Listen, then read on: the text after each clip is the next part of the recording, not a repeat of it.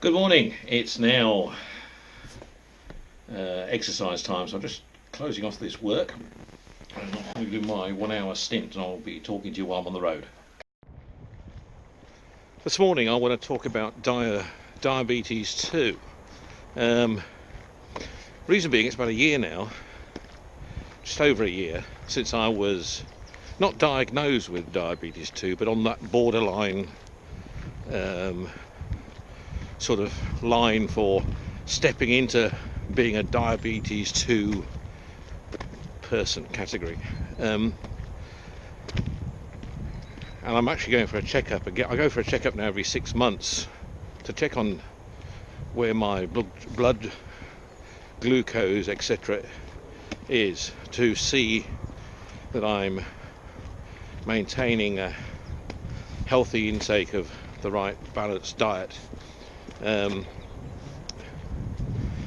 I'm doing my 10,000 steps a day, which is what I'm doing now. But let me talk a little bit about diabetes 2 first of all, for those of you who haven't got to that stage yet. The two main actions you can take to prevent diabetes or control it is diet and exercise.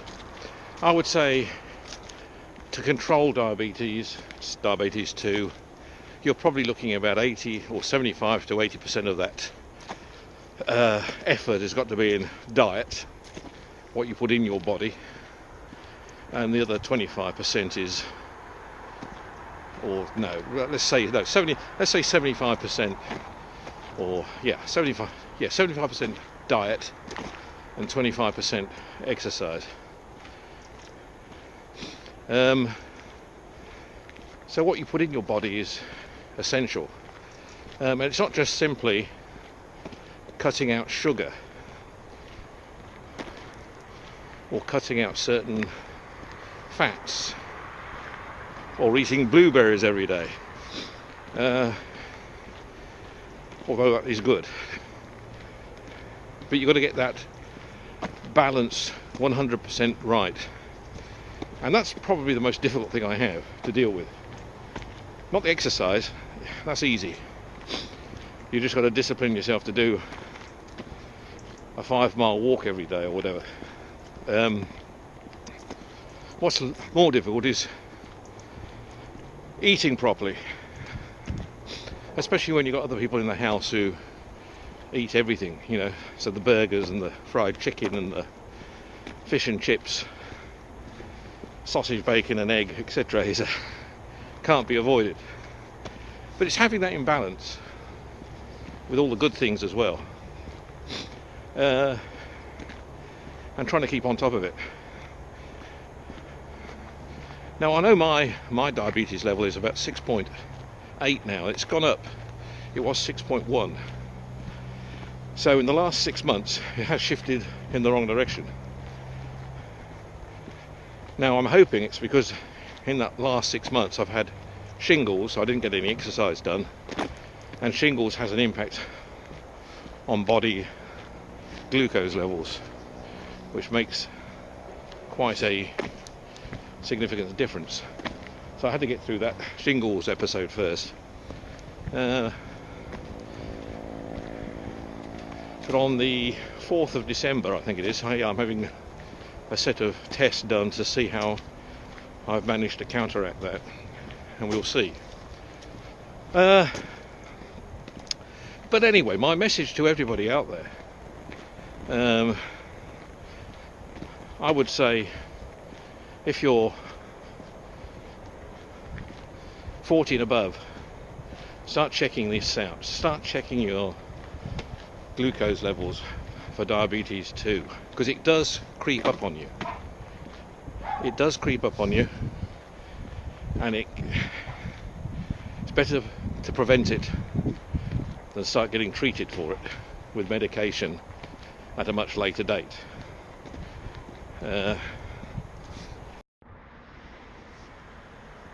As you can see, the light is well, just appalling. I mean, the cars over there have got their headlights on, you can see. And it's what, 9 o'clock in the morning, not just after 9. It's a typical UK morning. Yeah, something else I say about the diet, sorry, for diabetes, is the drinking of alcohol. I would, and I know it might be difficult for those that drink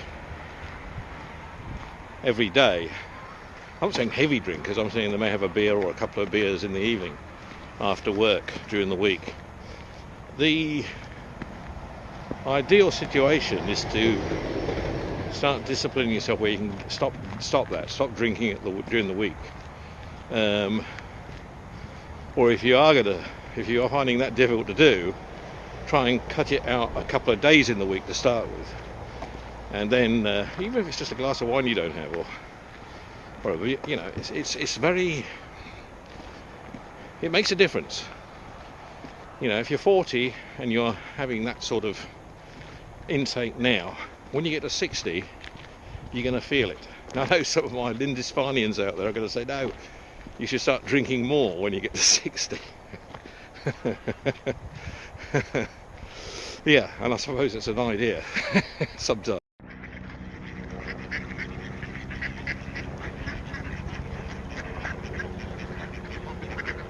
What's the excitement, guys? I've got no food here. I've got no food here.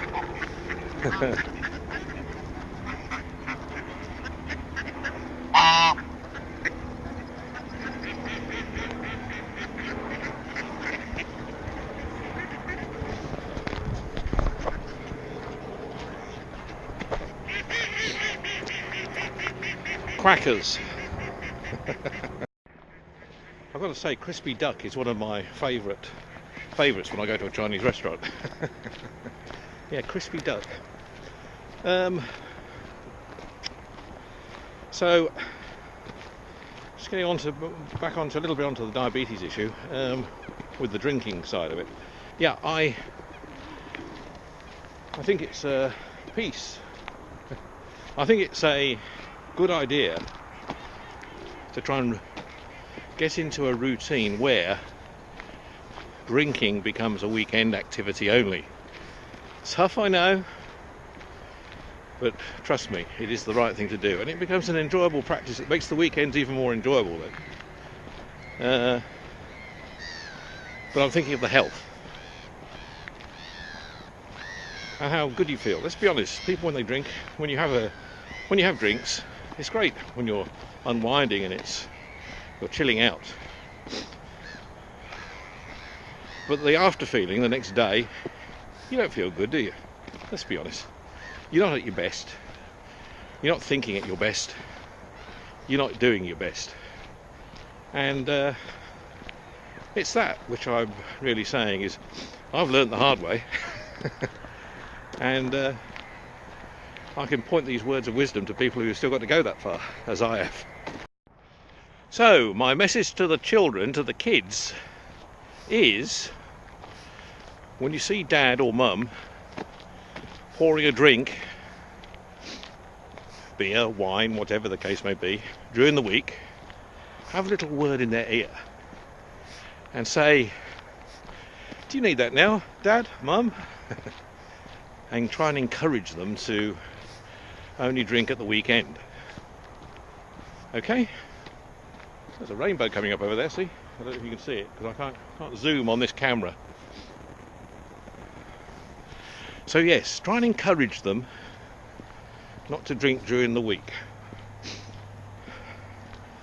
And what you might also be able to do is, while they're at work, hide all the drink, so when they come in at night, they can't find it. I'm not advocating that as being what you should do or shouldn't do, but it's an idea, isn't it? Let's think about it. It could be a good idea, that.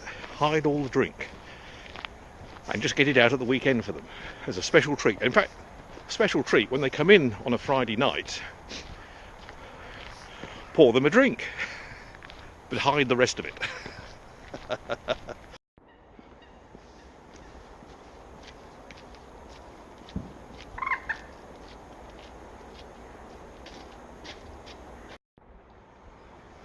There's a young little red-faced coot over there that's I've been following since it was a chick.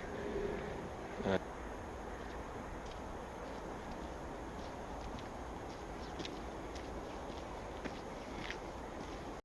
it's times like now when I wish I had my other camera, because I could then get nicely into the close-up shots of the... There's the heron in there. You probably can't see him. And the little red-faced coot is coming in behind because he wants to remain in the picture.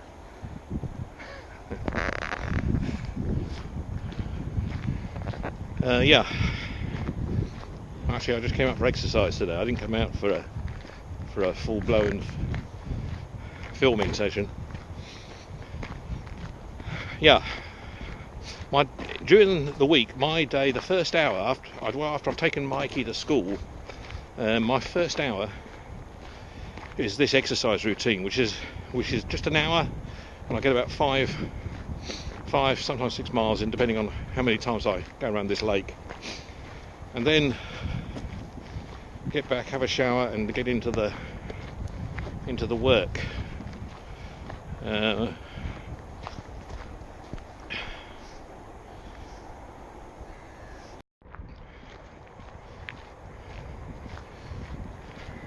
Sometimes I take Louis with me, but Louis is starting to get a bit old now, so he's got a bit of rheumatism, so he prefers the extra hour in bed.